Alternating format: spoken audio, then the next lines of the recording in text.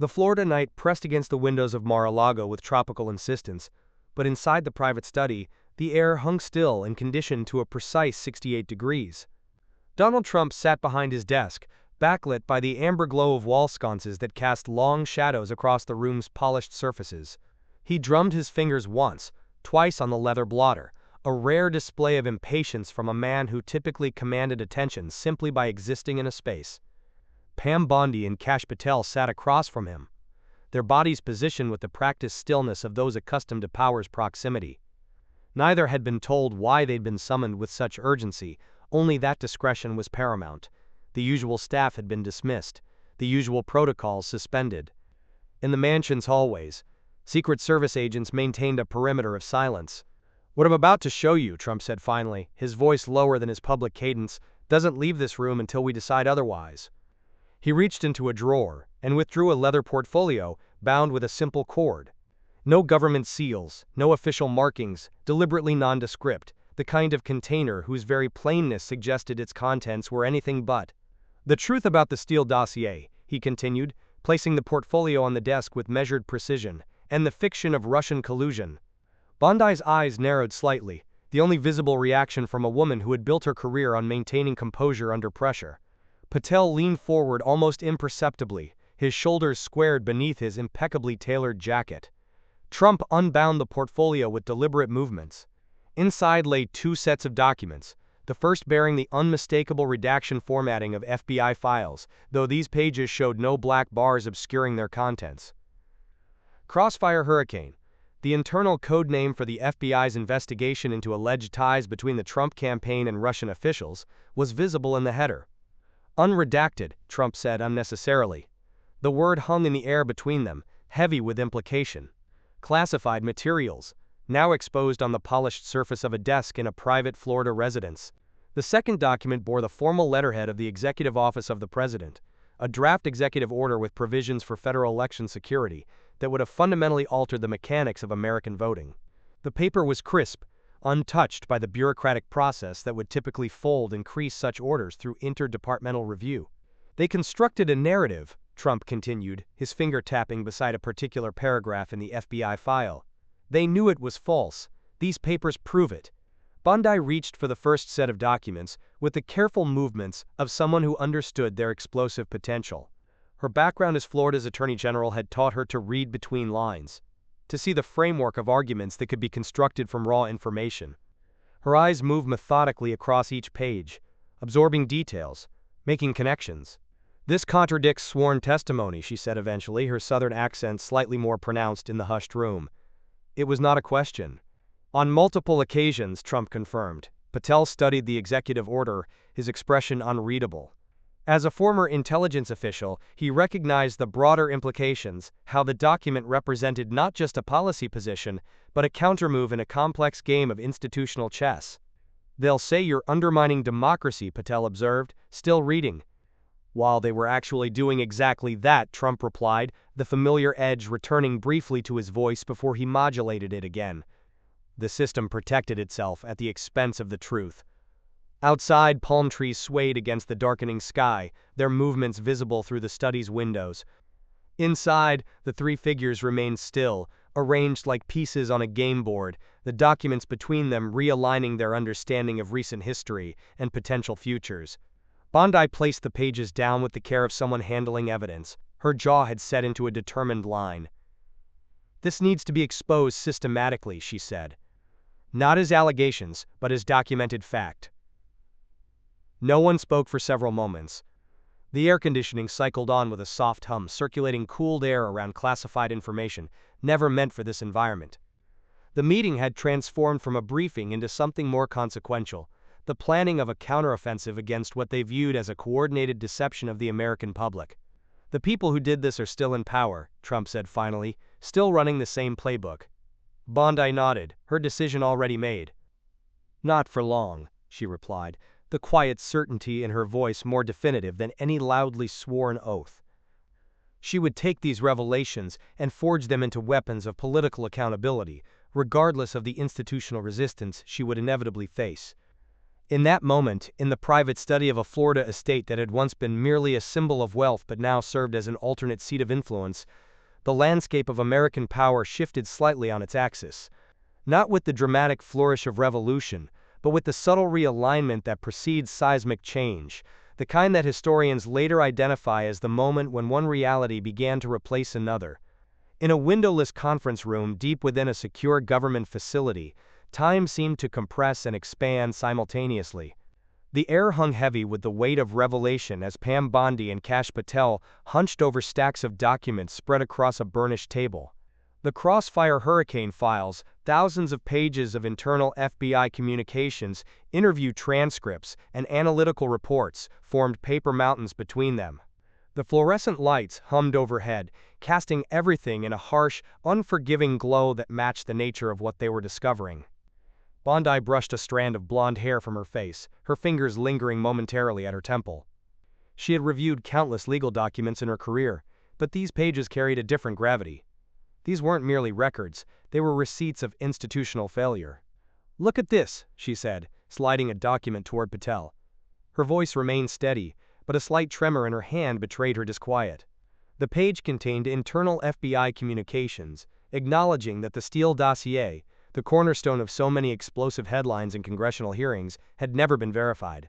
Not before it was used to secure surveillance warrants, not before it was leaked to journalists, not before it became the foundation of a narrative that had divided the nation. "They knew," Patel said softly, the words falling between them like stones in still water. A former intelligence official himself, he recognized the bureaucratic language that officials used when creating plausible deniability. They documented their own doubts and proceeded anyway. Methodically, they continued through the files, their movements becoming more deliberate as patterns emerged from the chaos. Communications from Fusion GPS revealed coordinated efforts to funnel unverified intelligence to sympathetic journalists and officials. Emails showed calculated timing of leaks designed to create maximum political damage. The evidence wasn't scattered or circumstantial. It formed a cohesive picture of orchestrated action. Patel paused over one email thread, his expression hardening. The messages detailed how unsubstantiated allegations could be laundered through multiple channels until they gained the patina of credibility, not through verification, but through repetition across platforms. "This isn't intelligence work," he observed, his voice carrying the quiet authority of someone who understood the difference. "This is perception management."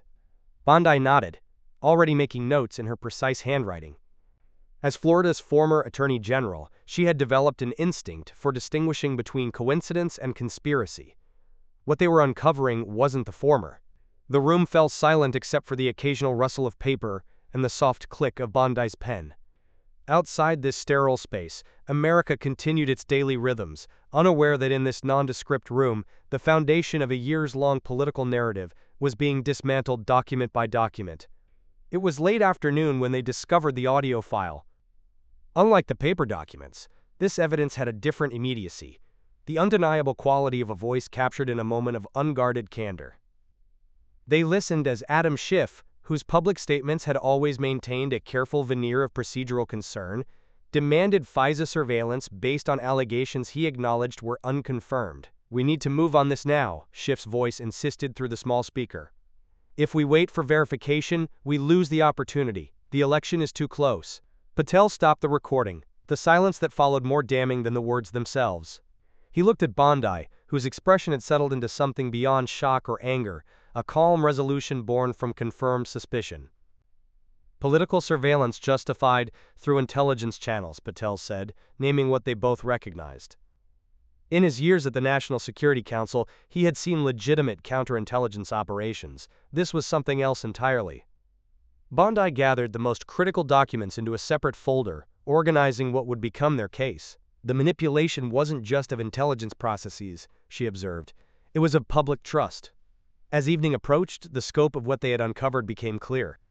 This wasn't merely about an investigation gone wrong or overzealous officials. The Steele Dossier, known to be unverified by its own handlers, had been leveraged to justify extraordinary measures against a presidential campaign and later an elected president.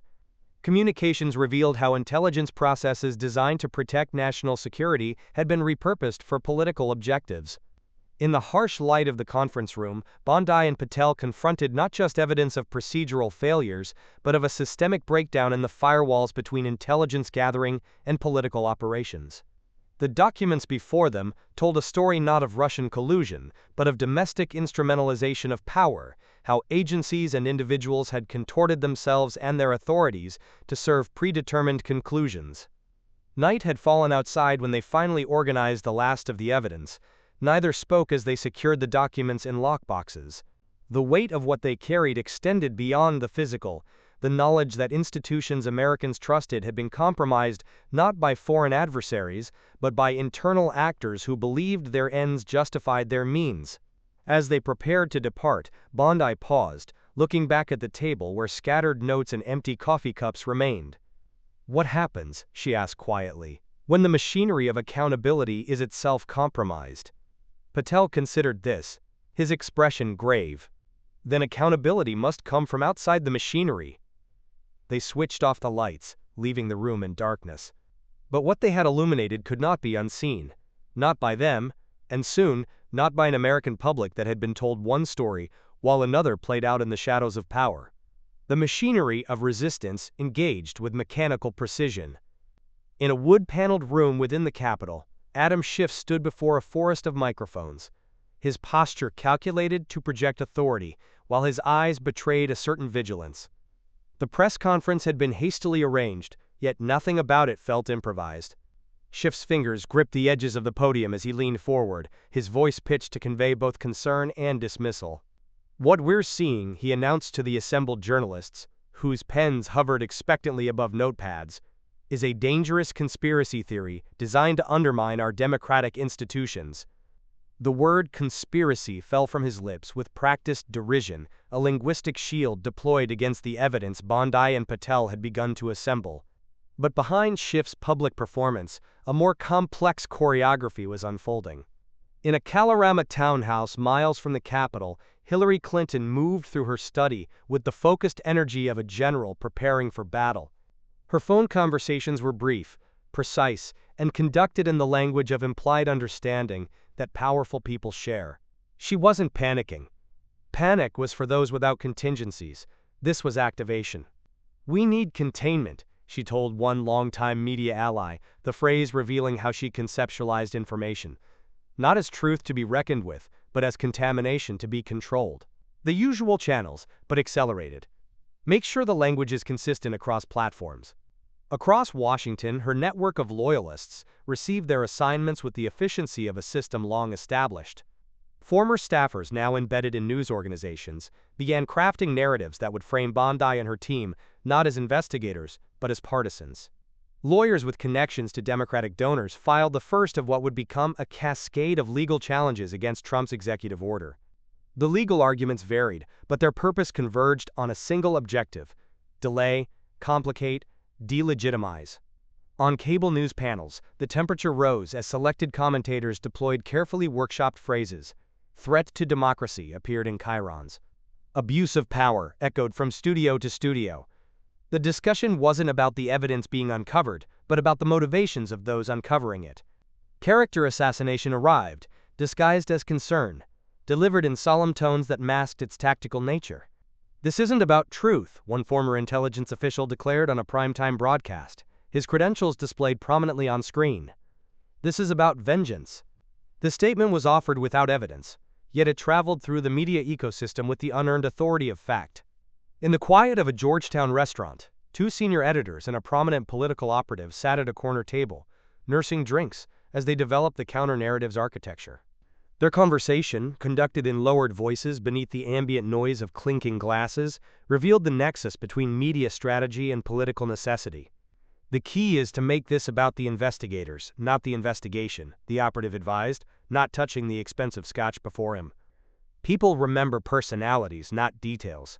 If we can define Bondi and Patel before they define themselves, we control the story." The editors nodded, already mentally drafting headlines and assigning reporters. They weren't conspirators in the crude sense. They genuinely believed they were defending institutions against dangerous overreach. The capacity for self-justification remained among humanity's most reliable resources. Yet beneath these coordinated efforts lay a current of genuine fear. The documents Bondi and Patel were examining weren't supposed to be seen in their entirety, certainly not by those motivated to follow their implications to their logical conclusions. If the full narrative emerged, if Americans understood how power had been wielded against political opponents under the guise of national security, the damage would extend beyond individual careers. It would fracture public trust in systems that required that trust to function. The strategy was never explicitly articulated in any single meeting or memo. It emerged from the collective instinct of a political establishment facing existential threat. The goal was not to refute the evidence, much of it was irrefutable, but to ensure it never reached critical mass in public consciousness. Contain, discredit, deflect. Make the messenger the story. Question motives rather than engage with facts. In newsrooms, the pressure mounted as editors received calls from long-standing sources warning against pursuing the story too aggressively. The implicit message was clear: there would be professional consequences for those who broke ranks. Access, that precious currency of Washington journalism, would be restricted. Future exclusives would flow elsewhere. At the Department of Justice, career officials who had witnessed the original investigation navigated uncomfortable territory. Some began quietly updating resumes, anticipating the storm. Others prepared defensive narratives, recasting past decisions as reasonable responses to unprecedented circumstances. The human capacity for retrospective justification worked overtime. Meanwhile, on social media platforms, verified accounts with large followings began simultaneously sharing identical talking points about democratic norms under attack. The coordination wasn't immediately obvious to casual observers, but to those tracking information flows, the pattern revealed orchestration. Thousands of accounts amplified these messages, creating the illusion of spontaneous consensus rather than manufactured response. By nightfall, the counteroffensive was fully deployed. On evening broadcasts, Bondi was described as, quote, controversial and partisan, while her evidence remained undiscussed. Legal analysts predicted the imminent collapse of her investigation on procedural grounds. Former officials expressed grave concerns about the precedent being set. America watched, divided like viewers of two different movies playing simultaneously on the same screen. In one narrative, corrupt power was finally facing accountability. In the other, dangerous radicals were undermining sacred institutions for political gain. The membrane between these parallel realities grew thinner, yet more impermeable, with each passing hour. Through it all, Bondi and Patel continued their methodical work, aware of the forces mobilizing against them but focused on the documents rather than the distractions. They understood what their opponents understood. This wasn't merely about political advantage. It was about whether a system could hold itself accountable when the machinery of accountability had been compromised by those it was designed to check. As darkness settled over Washington, the battle lines were clearly drawn. It wasn't truth against falsehood. Such framing was too simple for the complex reality. It was one conception of institutional legitimacy against another, one vision of American governance against its challenger. The question hanging in the balance: could a country navigate such fundamental conflicts without tearing itself apart along the seams of its deepest divisions? The studio lights bore down with clinical intensity on Natalie Winters as she took her seat at the curved glass table. The news panel had been arranged with the geometric precision of a firing squad, 4 established commentators positioned opposite her, their expressions calibrated to communicate skepticism before a word was spoken. The channel's producers had labeled the segment as a discussion of the emerging evidence, but the subtle architecture of the scene told a different story. This was to be an execution, not a debate. Winters had arrived 30 minutes early, quietly reviewing her notes in a side room while makeup artists worked around her preparations. Unlike the career panelists who chatted amicably behind the set, she carried no illusions about the welcome she would receive. Her portfolio of documents, meticulously sourced, independently verified, and damning in their implications, represented not just information, but blasphemy against Washington's prevailing orthodoxy. "We're live in 30 seconds, the floor director announced, silencing the studio chatter. As cameras engaged, the host's introduction set the framing with practiced subtlety. Joining us tonight is controversial blogger Natalie Winters, who claims to have evidence contradicting official accounts. The word claims did its quiet work, establishing doubt before evidence could speak. What happened next defied the choreography. Winters did not perform as the designated heretic. She responded with neither defensive agitation nor amateur fumbling. Instead, she navigated the hostile questioning with the methodical precision of someone who had excavated each fact personally, handling interruptions like minor obstacles rather than provocations. "If you'll look at Exhibit 14 in the document set," she said, voice steady as she opened a folder the camera briefly captured. "The timestamp on this internal communication directly contradicts the timeline presented in the official report. This isn't interpretation, it's documentary evidence." One by one, she dismantled the inconsistencies in the original narrative, citing sources with specific page references, dates, and verification methods. The panel's strategy of dismissive questioning began to falter against her granular command of details. In television terms, dead air began to accumulate, those dangerous seconds of silence, when planned talking points evaporate against unexpected substance. "We need to take a break," the host finally announced, rescue arriving in the form of a commercial for arthritis medication. In the production booth, phones began lighting up. Producers who had expected a simple discrediting exercise now faced a problem. Winters was coming across as credible, precisely because she refused the emotional bait and stayed anchored in verifiable data. During the break, the lead panelist received new direction through his earpiece. The approach shifted from dismissal to more aggressive delegitimization. "These documents you're presenting are selective and taken out of context," he charged when the cameras returned, abandoning any pretense of neutrality. "They're complete and available for public verification," Winters countered, sliding a flash drive across the table. "Everything is sourced, everything is dated. The context is the complete email chains, not excerpts."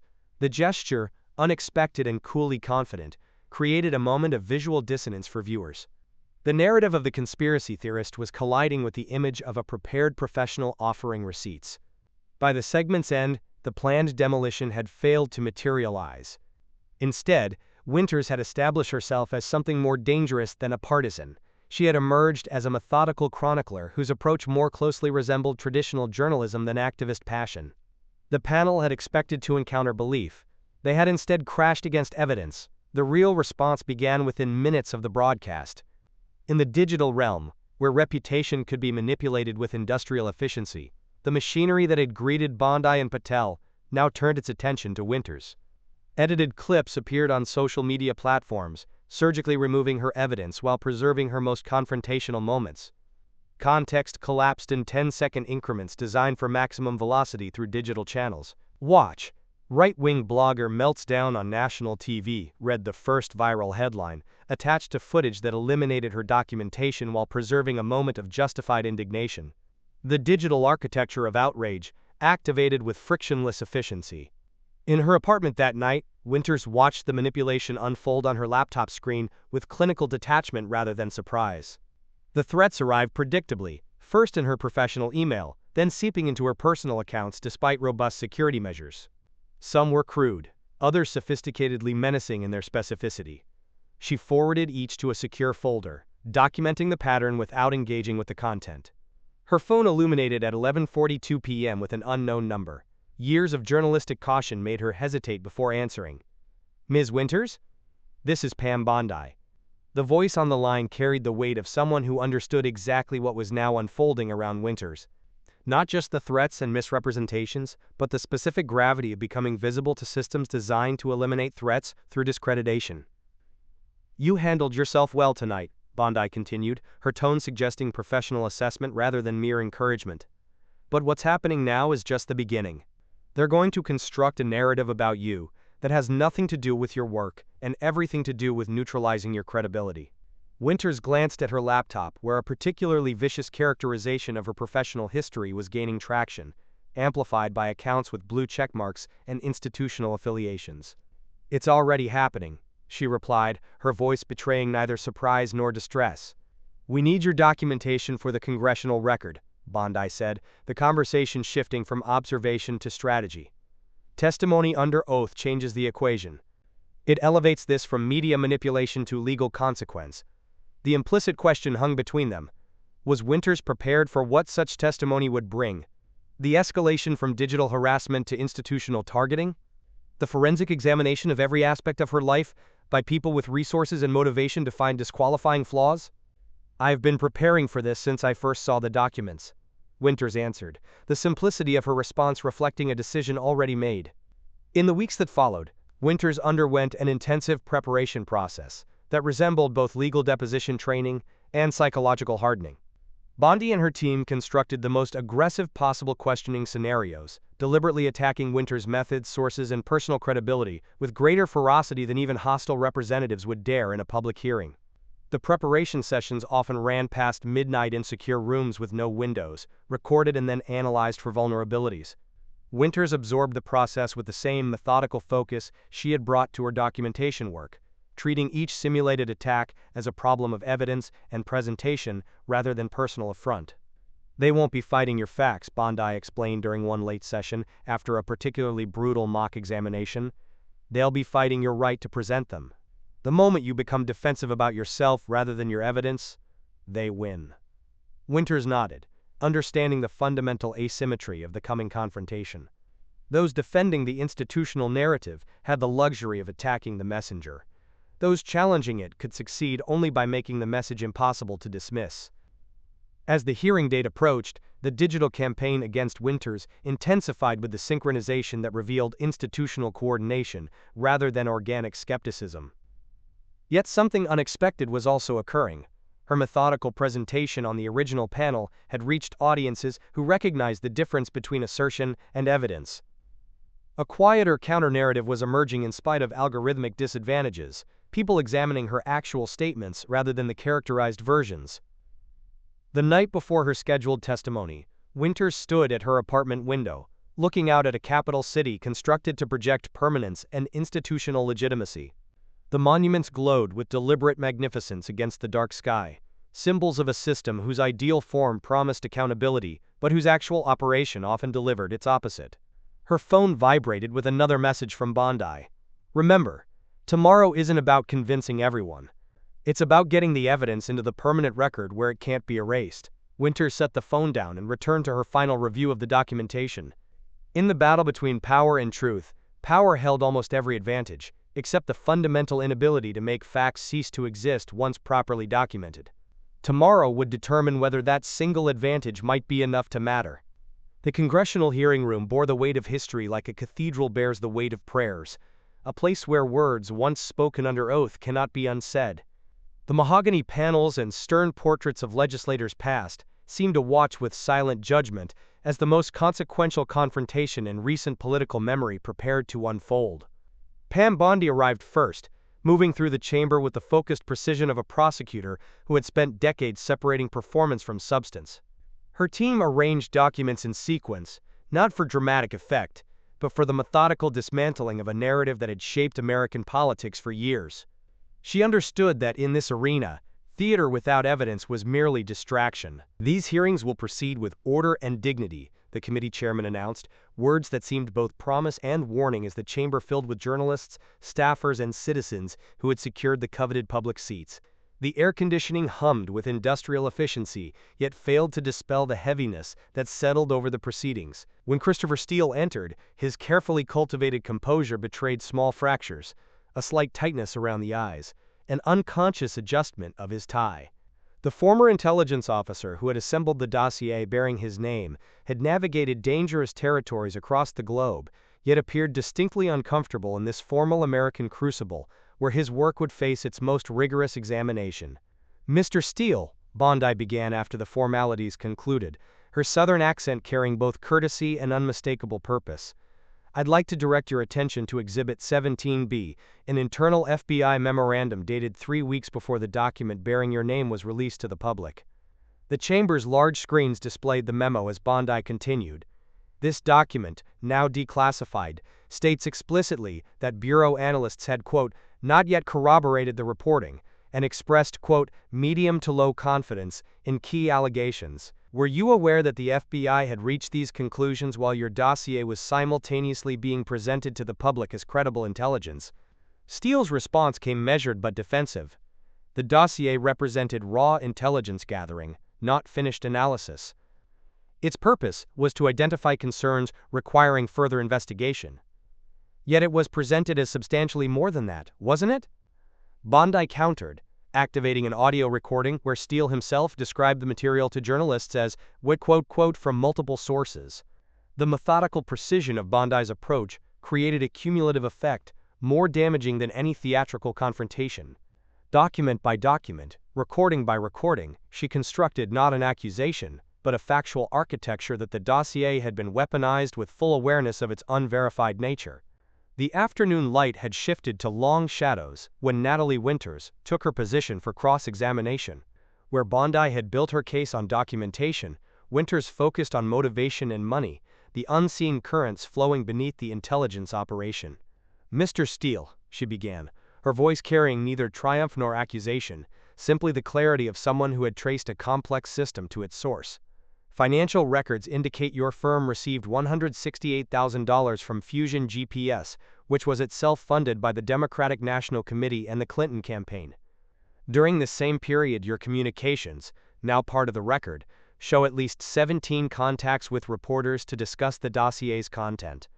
At any point in these media discussions, did you disclose who was funding your work?" Steele shifted in his seat. "My client was Fusion GPS." "That wasn't my question," Winters replied, the simplicity of her response more effective than elaboration. At the press tables, journalists who had built careers on the dossier's allegations watched with expressions that cycled between discomfort and professional recalibration. They were witnessing not merely the discrediting of a document, but the exposure of their own institutional vulnerabilities, how easily the mechanisms of verification had been suspended when conclusions aligned with prevailing narratives. "Let's examine the timeline," Winters continued, displaying a meticulous chronology on the chamber screens. "These highlighted dates show when key claims in the dossier were briefed to media outlets. The red markers indicate when your firm received payments. The pattern suggests that compensation increased as more sensational claims were developed and distributed. How do you explain this correlation?" The room had grown still, the particular silence that comes when people collectively recognize a shift in understanding. This was no longer about partisan advantage, but the integrity of systems designed to separate fact from manipulation. As the hearing continued into early evening, a Democratic congressman attempted to redirect focus. "Let's remember that the larger issue of foreign interference," with respect, Bondi interjected, "the larger issue is precisely what we're addressing. If intelligence processes can be compromised by political and financial incentives, then the foundation of national security decision-making collapses. This isn't about parties. It's about whether citizens can trust the institutions charged with securing their democracy." Outside the hearing room, divergent realities formed in real time.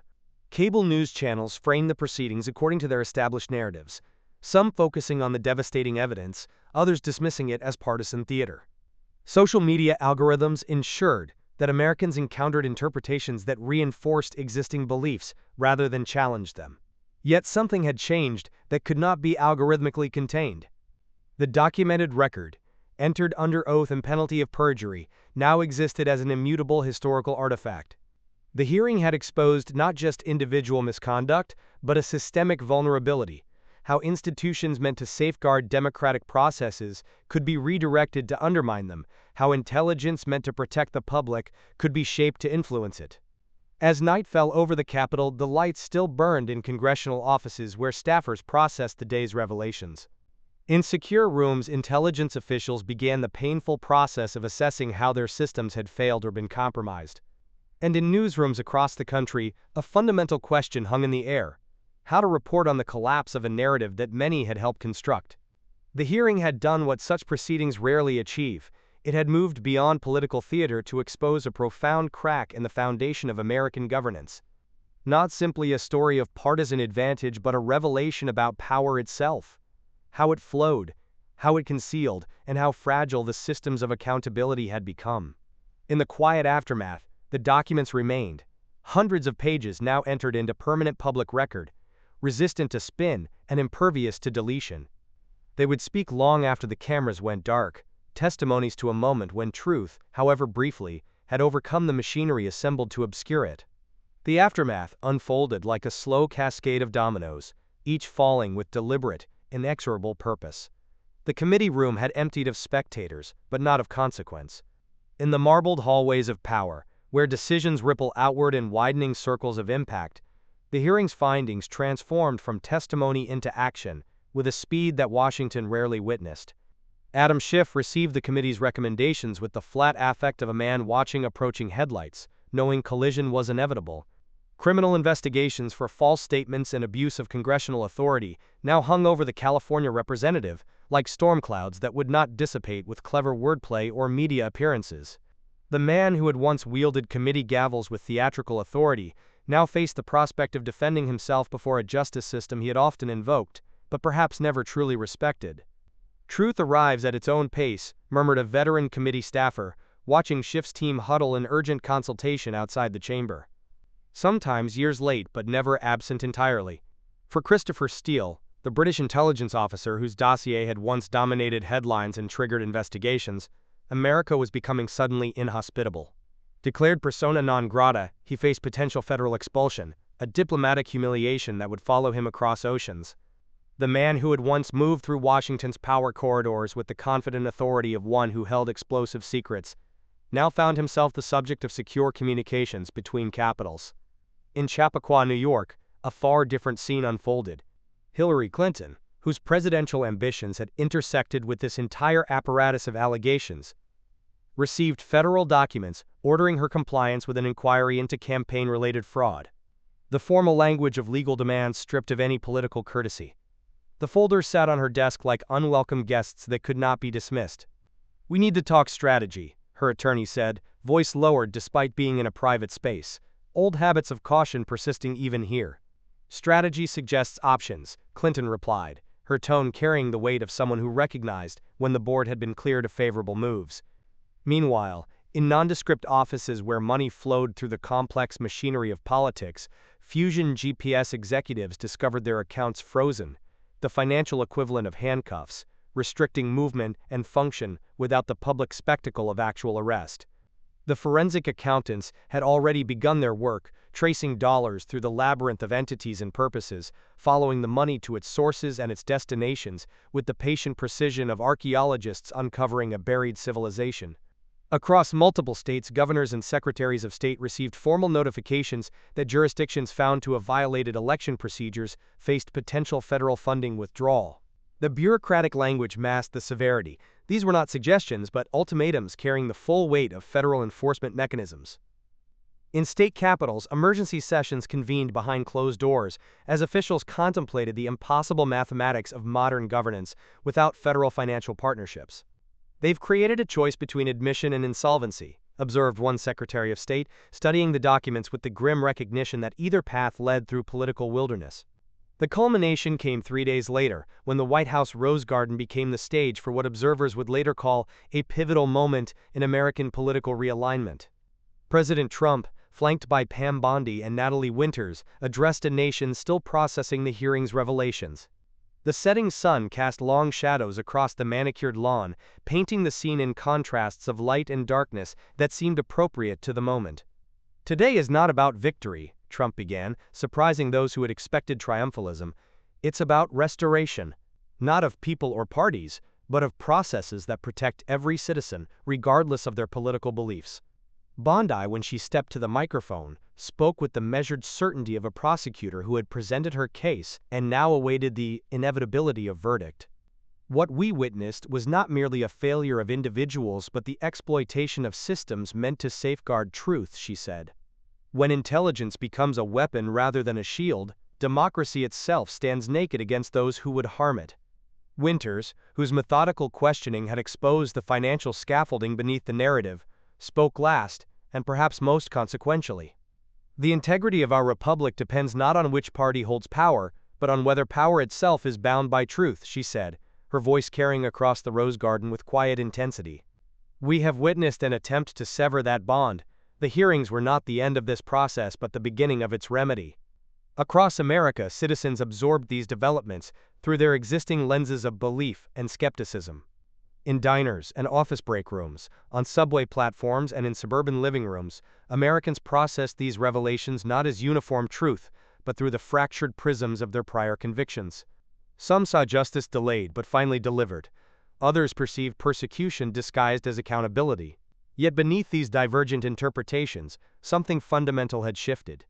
The carefully constructed narrative that had shaped years of national discourse had not merely been challenged, but methodically dismantled under oath, document by document, dollar by dollar.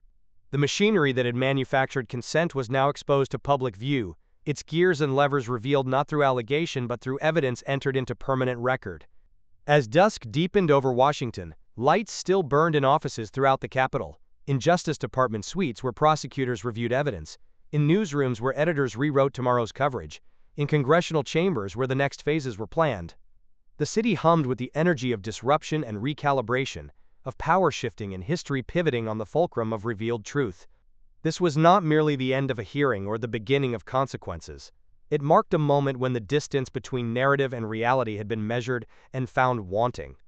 Whether this would heal the nation's divisions or merely transform them remained to be seen, but something irrevocable had occurred. Truth, so long bent to purpose, had reasserted its stubborn resistance to manipulation. And in that reassertion lay both promise and warning for a democracy still struggling to recognize itself in the mirror of its ideals.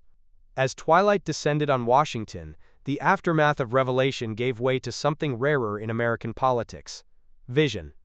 The Rose Garden press conference had concluded hours earlier, but its implications continued to spread outward, like ripples across the Republic's troubled waters. What happened next would determine whether those ripples became waves of meaningful change or mere disturbances soon forgotten on the surface of power. Pam Bondi stood at the window of her temporary office, watching the Capitol's lights blink on in the gathering darkness. On the desk behind her lay the founding documents of Liberty PAC. Not yet another vehicle for fundraising and influence, but something she envisioned as fundamentally different. Her hands bore the faint ink smudges of someone who had been signing papers all afternoon, the bureaucratic christening of an idea years in formation. "This isn't about right versus left anymore," she explained to the small team gathered around her. "It's about accountability versus impunity." The language in Liberty PAC's charter deliberately avoided partisan framing, focusing instead on transparency mechanisms that would trace political promises against voting records, campaign donations against legislative actions, creating what Bondi called a citizen's ledger of truth. Her team, composed of both seasoned political operatives and younger digital natives with no party allegiance, nodded with the solemn understanding that they were attempting something that contradicted Washington's natural laws, making power visible rather than obscuring it.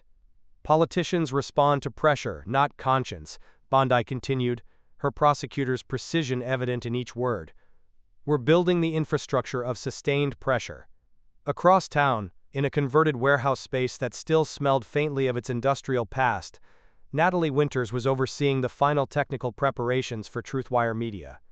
The contrast between this operation and traditional newsrooms was immediately apparent.